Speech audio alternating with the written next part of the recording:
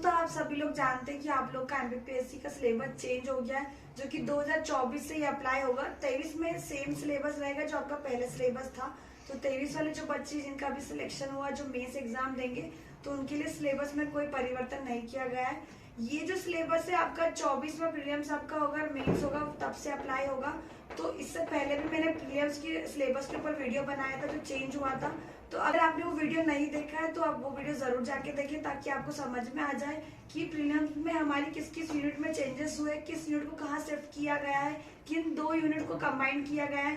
तो ये पूरी चीजें आपको उस वीडियो में समझ में आ जाएगी और हम उनको कहाँ से कंप्लीट कर सकते हैं। जो नया टॉपिक वहाँ पे ऐड किए गए, नई यूनिट उसमें ऐड की गई, उसको हम कहाँ से कंप्लीट कर सकते हैं, ये भी मैंने उस वीडियो में बताया है। तो कंप्लीट वीडियो आप जाकर देख लें, ताकि आपको प्रीलिम्स की पूरी स्ट्रेटजी समझ में आ जाए न्यू सिलेबस के अकॉर्डिंग।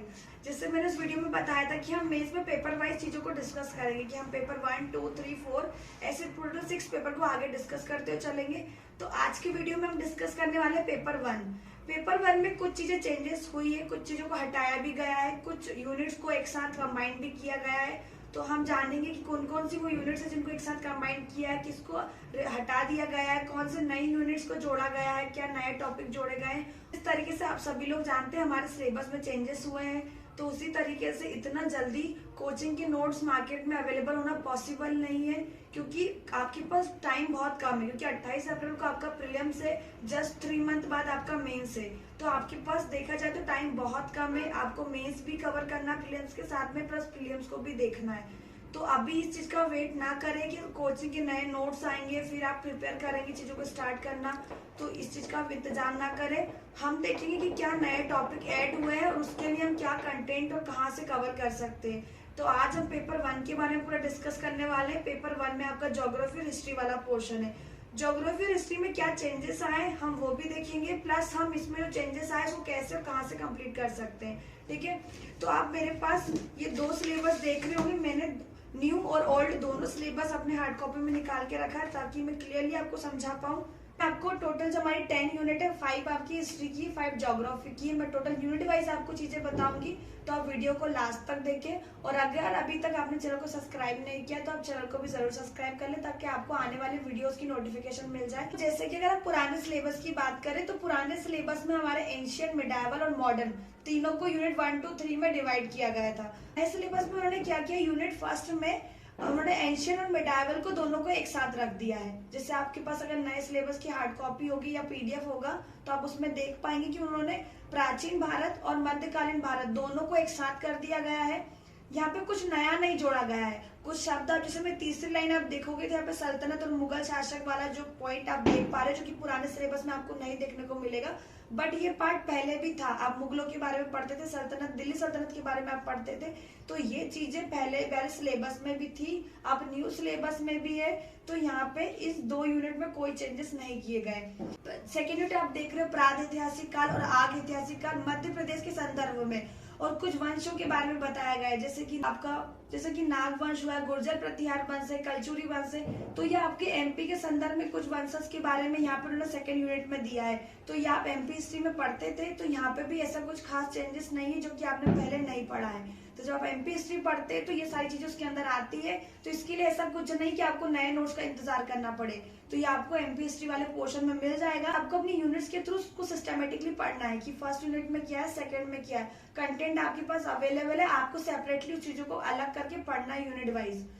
यूनिट 3 में आपको ब्रिटिश शासन की अर्थव्यवस्था के बारे में दिया, जो कि आप पहले पढ़ते थे।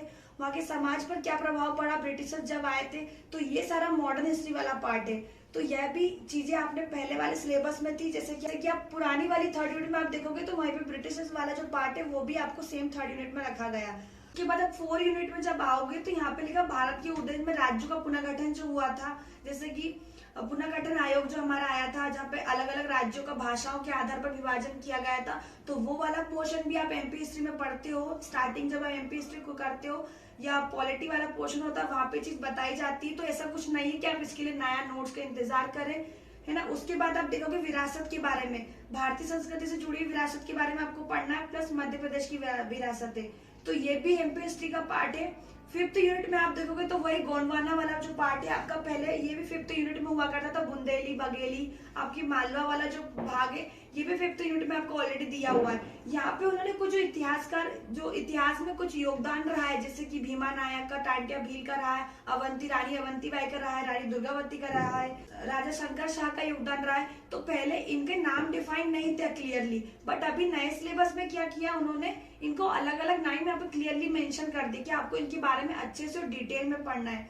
तो ओवरऑल जो हमने पूरी 5 यूनिट को देखा है, तो यहाँ पे आपकी प्राचीन, मध्यकालीन और आधुनिक, और एमपी हिस्ट्री का प्राचीन, मध्यकालीन, आधुनिक, ये वाला पोर्शन है जो कि आप पुराने सिलेबस में भी पढ़ते थे। बट अभी उन्होंने क्या किया है कि यूनिट्स को ऊपर नीचे कर दिया, कुछ पॉइंट्स को फर्स्ट यूनिट में, किसी को सेकंड में, कुछ थर्ड फोर्थ में कर दिया, तो ये ऊपर नीचे हो गया है। तो जो पुराना हिस्ट्री वाला कंटेंट आपके पास अगर अवेलेबल है किसी कोचिंग का, अगर आपने आकार, महात्मा गांधी, सिविल जॉब, चेतन मीना, किसी भी कोचिंग अगर नोट्स परचेज किए होंगे तो ये वाला पोर्शन आपको मिल जाएगा। यहाँ पे यूनिट वाइज आपको अलग अलग सेपरेट दिया हुआ है।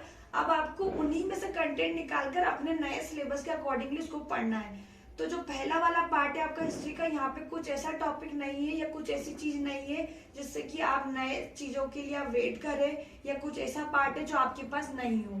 आने सिलेबस के अकॉर्डिंग भी हिस्ट्री वाला पोर्शन खरीद सकते हैं जिनके पास नहीं है। तो ऐसी कोई चीज नहीं है। पार्ट ए में मैंने आपको पूरे क्लियरली एक एक चीज पढ़ के बताई। बच्चे जिद पकड़ के बैठे कि नहीं, कोचिंग जब नया मटेरियल निकालेगी तब हम पूरी चीजों को स्टार्ट करेंगे। तो देखो कोचिंग वाले क्या करेंगे, बस नए सिलेबस के अकॉर्डिंग आपकी चीजों को सिस्टमेटिकली जमा देंगे कि भाई फर्स्ट यूनिट में जो चीज दी वो पहले थर्ड में थी, उसको उठा के फर्स्ट में रख देंगे। कवर पे चेंज होगा, मटेरियल वही रहेगा, ऊपर से नीचे, नीचे का ऊपर आपको सिस्टमेटिकली जमा दिया जाएगा। तो आप लोग को लगेगा, आप खुश हो जाओगे, नया कंटेंट आ गया। तो ऐसी कोई चीज नहीं है जिसमें कि आप खुद से नहीं कर सकते। तो आप लोग के पास समय बहुत कम है, तो आप इस चीजों को अपने दिमाग लगाकर भी अपने पूरे कोर्स को सिस्टमेटिकली जमा कर हिस्ट्री वाले पोर्शन को आप आसानी से कंप्लीट कर सकते हैं। तो यहाँ पे हमारा हिस्ट्री वाला पोर्शन मैंने अपनी साइड से क्लियर किया है। उसके बाद भी अगर आपको लगता है कि नहीं हमें नए नोट्स का इंतजार करना है तो आप करें, बिल्कुल करें, क्योंकि समय तो नहीं है अभी आपके पास।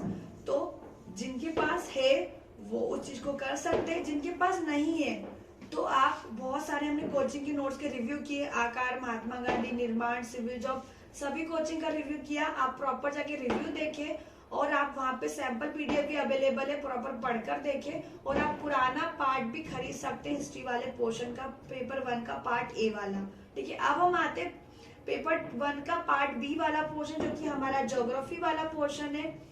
तो ज्योग्राफी में थोड़ा बहुत चेंजेस आया है, बहुत ज्यादा तो नहीं। यहाँ पे वर्ल्ड हिस्ट्री को पूरी तरीके से हटा दिया गया है। पहली जो यूनिट है आपको भारत का भौगोलिक स्वरूप और जलवायु वाला पोर्शन दिया है, जिसमें आपको नदी, पहाड़, पर्वत और भौगोलिक क्षेत्र के बारे में आपको पढ़ना है। जलवायु जो घटनाएं होती है, लानिनो वाला पोर्शन जो कि आपको प्री में भी पढ़ना है, वो भी आपको यहाँ पे दिया हुआ है। तो ये 2 टॉपिक आपको कॉमन देख पा रहे होंगे आप। सेकेंड जो यूनिट है आपकी, तो सारी जो मैं बता रही हूँ स्लाइड में आपको दिख रही होगी, बट हो सकता है वो क्लियरली ना दिखे, तो आप अपने पास पीडीएफ जरूर रखें ताकि आपको मेरी बात क्लियरली समझ में आए। सेकेंड यूनिट की अगर हम बात करें तो यहाँ पे भारत में कृषि और जल संसाधन के बारे में आपको बताया है। मॉडर्न एग्रीकल्चर के बारे में भी बात की गई है, कुछ सिंचाई विधियों के बारे में यहाँ पे बात की, तकनीकों के बारे में, क्रांतियों के बारे में। तो ये भी पूरा आपका इंडियन ज्योग्राफी वाला पार्ट है। तीसरी अगर हम यूनिट देखें तो यहाँ पे उद्योग और प्राकृतिक संसाधन के बारे में बात की है। 4 यूनिट आपकी आपदा तकनीक वाली, जो कि पहले भी हुआ करती थी और अभी भी अवेलेबल है। तो यूनिट जो 5th है वो पूरी आपकी एमपी ज्योग्राफी है। तो एमपी ज्योग्राफी वाला पोर्शन आपका पहले भी था। जब आप पेपर 3 पुराने सिलेबस की यूनिट 3 देखेंगे तो वो आपका पूरा एमपी ज्योग्राफी था। तो वहाँ पे जो टॉपिक थे वही सब टॉपिक आपको 5th यूनिट में मिलने वाले हैं। और जो 4 यूनिट है आपकी आपदा प्रबंधन, आपदा और तकनीकी वाला पोर्शन, ये भी आपके पुराने सिलेबस में था। तो यहाँ पे कुछ ऐसा नहीं है कि आपको नया कुछ यहाँ पे देखने को मिले। तो पुराने सिलेबस में आपका 4 और 5 आपदा और तकनीक वाला जो पोर्शन था उसको उन्होंने एक ही यूनिट में कर दिया, यूनिट 4 में। अगर हम ऊपर की 3 यूनिट की बात करें इंडियन ज्योग्राफी की, तो इसको अलग अलग पार्ट में उन्होंने डिवाइड किया है, प्राकृतिक संसाधन, एग्रीकल्चर और उसका भौगोलिक स्वरूप। तो ये जो यूनिट्स हैं, तो चाहे तो पुराने नोट से भी कई हद तक कवर हो सकती है, बट आपको फिर भी ऐसा लगता है कि हमें कोई एक ऐसी बुक मिल जाए जिसके अंदर हमारा ये तीनों यूनिट्स एक साथ कवर हो जाए। तो मैंने मार्केट में काफी बुक देखी, उसके बाद में ये बुक मुझे थोड़ी ठीक लगी। इसके अंदर आपको पूरा पोर्शन दिया है। ये महेश कुमार वनवाल की बुक है और इंडियन ज्योग्राफी की बुक है। इसके अगर इंडेक्स में आपको पूरा टेलीग्राम पे सैंपल पीडीएफ डाल दूंगी, तो यहाँ पर उन्होंने भौगोलिक स्वरूप भी दिया है आपका, उसके बाद में जलवायु भी दी है, मृदा भी दी है, कृषि भी दी है, आपदा भी दी है, जैव विविधता वाला पोर्शन दिया आपका, परियोजनाएं दी है आपका, नदियों का दिया है, उसके बाद में खनिज संसाधन दिए हैं वो आपके, उसके बाद में परिवहन के बारे में दिया, संसार दिया आपका, विनिर्माण दिया, जनसंख्या दी है, प्राकृतिक जनजातियों के बारे में बताया, भारत की जनजातियों के बारे में पोषण भी दिया, भारत में नगरीकरण भी दिया है। तो ओवरऑल जो ये मैंने टॉपिक बताए हैं वो कहीं ना कहीं आपकी तीनों यूनिट को आसानी से कंप्लीट कर देंगे। पूरा टॉपिक वाइज आपको इसके अंदर चीजें मिल जाएगी। कुछ अपने सेल्फ नोट्स भी बनाना पड़ेगा, ताकि पहले क्या होता था 3 नंबर की चीजें थोड़ा सा कंटेंट हम ज्यादा लिख देते थे, हमें 30 शब्दों में लिखना पड़ता। अब कहीं ना कहीं हमें 2 नंबर में चीजों को लिखना है, तो उस तरीके से आप अपने छोटे छोटे पॉइंटर्स को, छोटी छोटी चीजों को आप जरूर अपने खुद के नोट्स भी बनाकर उसमें चीजों को नोट डाउन कर ले, ताकि आपको अच्छे से समझ में आ जाए। और मेरा मानना है कि आपको ज्योग्राफी जैसे सब्जेक्ट को किसी पर्टिकुलर एक बुक से पढ़ना चाहिए, ताकि आपको उन चीजों से जुड़ी हुई आसपास की जो कंटेंट होता है, कई कंटेंट होते हैं जो ज्योग्राफी से हट जाते हैं, बट वो कहीं ना कहीं रिलेट करते हैं, तो वो आपको पर्टिकुलर एक बुक में लिंक बन जाती है आपकी, तो वह पढ़ने में आपको इजी रहता है। अगर आपको फिर भी थोड़ा कंफ्यूजन हो तो मैं एक क्लियर कर दूं, मैंने यूनिट 1, 2, 3 इंडियन ज्योग्राफी के लिए ये बुक से आप कर सकते हो। 4 यूनिट जो आपकी आपदा और तकनीक वाली पोर्शन है वो भी इसमें दिया हुआ है, बट आपको लगता है कि कंटेंट थोड़ा कम है, तो आप किसी भी कोचिंग के नोट्स ले सकते हो जो पुराने सिलेबस के अकॉर्डिंग 4 और 5 वाला यूनिट आपको मिल जाएगा। किसी भी कोचिंग, निर्माण ले लो, Mahatma Gandhi, Aakar, Chetan Meena, civil jobs, Hind academy, जिसका आपको ठीक लगे। 5 जो आपकी एमपी ज्योग्राफी है उसके लिए काफी सारी बुक ऑलरेडी मार्केट में अवेलेबल है। आप या तो कोचिंग के नोट्स में भी जा सकते हो, तो वहां से भी आपका कवर हो जाएगा। तो मुझे ये लगता है कि आपका जो पेपर 1 वाला पोर्शन है हिस्ट्री और ज्योग्राफी का, उसका सोल्यूशन आपको यहाँ पे मिल गया होगा।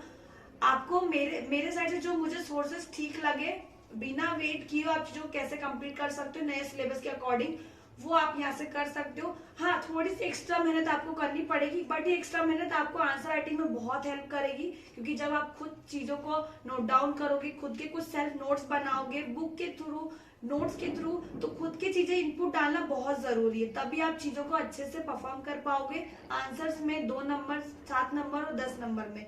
तो यहाँ पे नंबरिंग का गैप बहुत कम है 7 और 10 में। तो यहाँ पे चीजें आपको कंटेंट इतना रखना है अपने नोट्स में या खुद के जो नोट्स बनाते हो, ताकि आप 7 नंबर में भी कोई चीज आ रही तो आप आसानी से लिख पाओ, और उसको 10 नंबर में भी आप उसको प्रेजेंट कर पाओ। तो यहाँ पे चीजें आपको आई होप आपको समझ में आ गई होगी। नेक्स्ट वीडियो पे हम बात करेंगे पेपर 2 पे, तो उसके लिए हम रिसर्च करेंगे क्या सोर्स हो सकते हैं, बहुत चीजें उसमें ऐड की गई आने वाले पेपर्स में, तो वहां पे भी हम बात करेंगे।